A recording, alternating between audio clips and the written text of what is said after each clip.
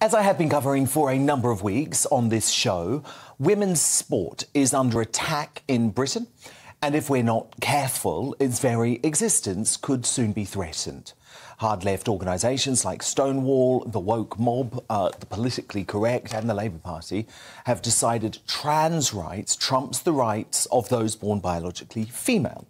And as a number of high-profile sports people, both trans women and women, have told me on this show, even years of hormone treatment doesn't reverse male puberty, putting women's sport on a slippery slope to extinction.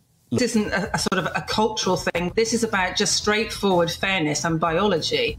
And feelings don't do sport. You know, our bodies do sport. The reason sport is separated by sex is because males have massive physical advantages compared to females. So if women's sport did not exist, female athletes who are household names like myself, Paula Radcliffe, Sharon Davis, we would be nobodies. Nobody would have ever heard of us. So this is why women's sport exists. We need to honor sport and recognize sex above gender in order to keep fairness in sport, unless we would like to not include women anymore. We cannot have biological boys competing against women in women's sports. We need a fair playing field. And right now, if we allow this, it's not a fair playing field.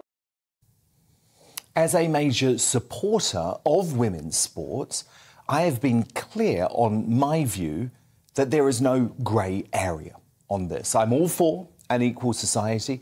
Trans competitors like Leah Thomas, like Laurel Hubbard and like Emily Bridges should be welcomed into specific trans events or compete against other biological males. But they simply cannot be allowed to compete against women. Sporting bodies must limit competitors to the biological sex in which they were born. And tonight, I can reveal sanity is prevailing after a major intervention from the Secretary of State for Culture, Media and, critically on this issue, sport. So Nadine Dorries, in this exclusive interview with GB News, reveals her plans. Watch. How are you going to protect biological women in sport? We're speaking to various sporting bodies about this. I am absolutely of the opinion that it is impossible for a trans woman to compete in women's sport. You can choose your gender and we will support you and help you to do that. We will give you all the love and compassion and support you need to get to that place. But you can't change your biology. You can't change that you were born male or you were born female. It is what it is. And I'm afraid even with, you know, those athletes who try to get their testosterone levels below, it still isn't the case that if somebody's been through puberty and they've developed through puberty, that it will make the significant difference. So I just don't believe that any trans... And we've seen it happen recently with cycling, you know.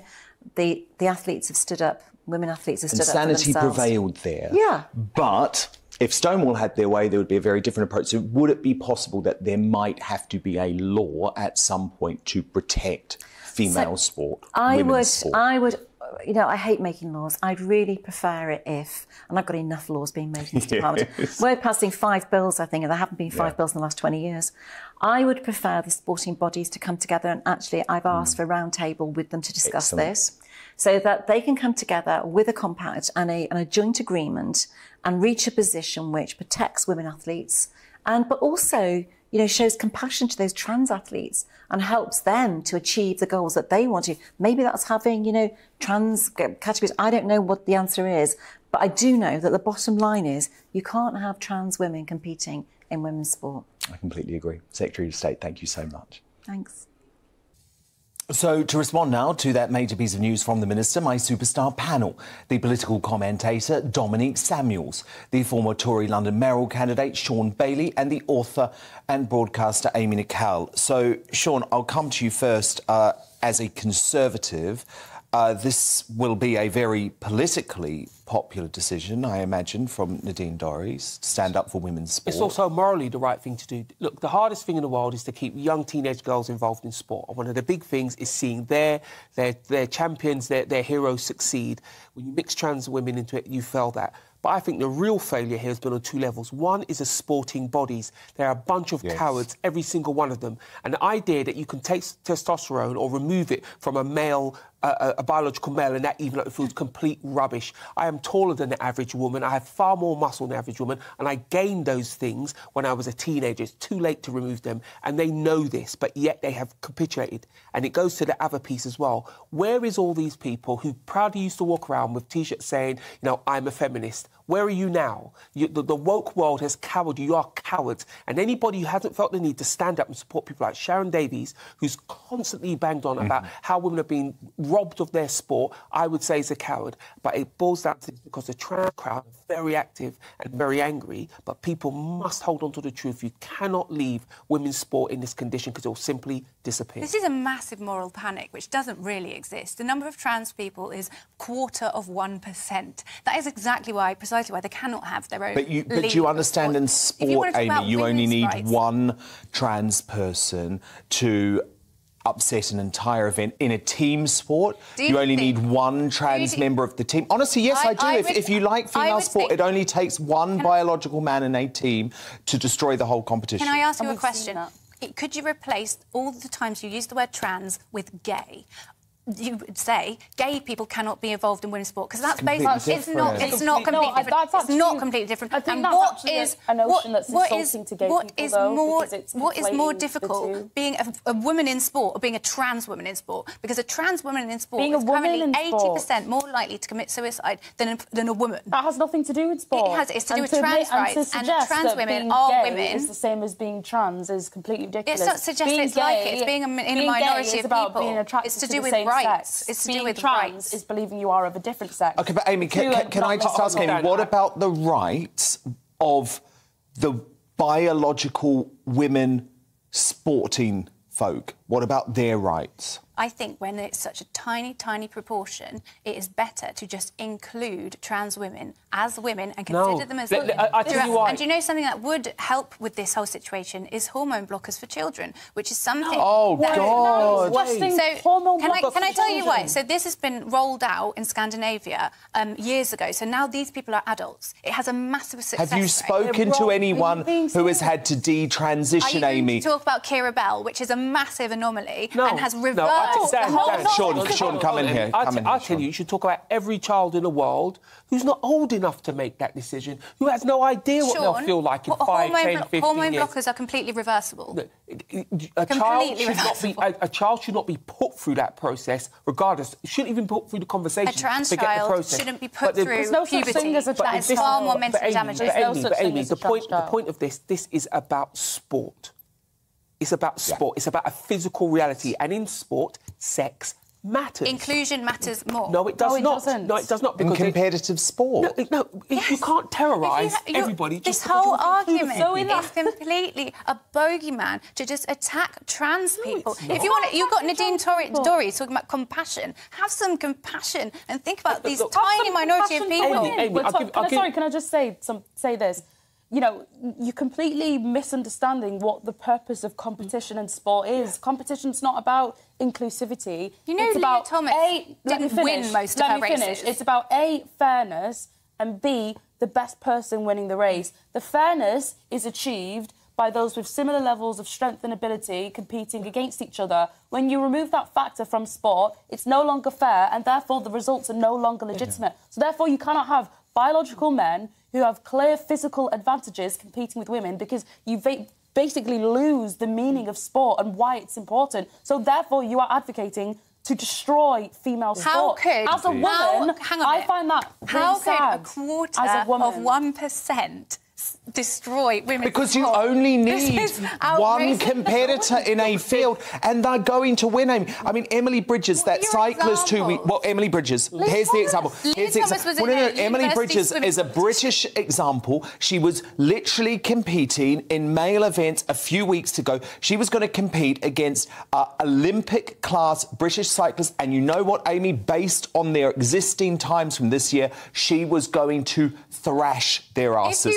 And that is wrong. That is wrong. If you all care so much was not a very significant swimmer before they transitioned. She didn't win in loads of the female races. Anyway, it's completely irrelevant. If you like women's sport so much, when was the Women's World Cup? What month? I don't. That's what none of you know. That's how invested you are into women's sport. Hold on. No, I'm sorry, you're missing a point. Let's make 3 big points. If you allow trans women to compete against women, it's dangerous. Boxing, MMA, rugby. We've seen it. It's dangerous. We've seen women being literally pummeled by biological men. Do you not see? And Amy, let me ask you a question. It's very obvious to me. It's very obvious to me because you've just asked a question about women's sport. Well, I've spoken numerous times on the show. I am one of the main supporters of the London Pulse semi-professional female netball team. Literally, that team would be destroyed if there's 7 people on court at one time. If they were playing against a team with just one trans woman in the team, they would have no chance. You would be much. They would have no chance. And I am going to judge, based on your comments tonight, that you neither play sport or support women's sport, do you? It's very obvious to me. And I support the rights. No, but just you don't play sport and you don't support a women's team, do you? It's obvious. You don't care about it. I care about the rights of a minority of people that currently have an 80% suicide rate. That is unacceptable. You're fueling hate, and somebody was going to die. Mental health issues as well. Mental health issues within trans people are the highest across all. Because they have gender dysphoria. Because of conversations like this, it's a mental health issue. You cannot rob people of their futures because That's of exactly a minority. what You cannot terrorise. You can't terrorise the majority to support this very small minority. Your words. That's ridiculous. You've heard stories in America where girls have trained their whole life because they get a forced scholarship to go to university. People transition. They're now lower down the ranks. Their whole life is destroyed. And also, by the way, no one is talking about banning trans women from competing in the biological male categories. They can identify as a woman, they can have long hair, they can dress as a woman. How insulting. Why is that insulting? That's life. Life isn't fair sometimes. Why is it not insulting? And if you're a man, you compete with men. Hang on, Dominique. If life isn't fair, then why can't the women compete against the trans women? You've just said that you want everything to be fair and equal. So how come it's okay? It's about similar physical capability. Do you accept that men have physical advantages over women? You're saying 2 different things. Do you accept yes or no? That's the basis of trans women, it's completely a lot more complicated. No, it's not. Biological men that have surpassed puberty, that decide they're women, do they have a physical advantage over women as biological men? Yes or no? It's not the that point. doesn't disappear when But then that's an unfair advantage. It is, because that's the point of sport. Dominique, it's biology, though. I don't understand your argument. If there is a conversation where a trans person gets called a man in a wig in 2022, then we're. I didn't say that. I said you'd say you're a woman and put on a wig. Does that suddenly take your physical advantage away? No, we're talking about biology. So you're okay with that unfair? How is that unfair? It's reality. Look, it boils down to this. Final word, Shaun. Amy, you do not follow sport. You've never played sport. It's not the centre of your life like it is for many women. That's why you wouldn't be saying what you're saying. I am a very average bloke at this point. How many trans women were in the World Cup, the Women's World Cup? In a race, just because I've grown longer legs because I've had testosterone in my system. It's ridiculous. It's unfair to women. It'll destroy women's sport and it will stop many young women even bothering with sport. And I think that's wrong. 1% of people are going to have that much power. The number is increasing. We're seeing it in America, where you did say that it was only high school level for Leah Thomas. In America, sport in schools is extremely important. That's why a lot of the colleges get funded. There's next to no trans. Of course there is. Look, do you know what I'm just going to say? Bravo, Nadine Dorries, because this conversation had to happen. It's massively underfunded. Amy Nickell, as well. Shaun Bailey, Dominique Samuels, thank you so much. My superstar panel are here all night.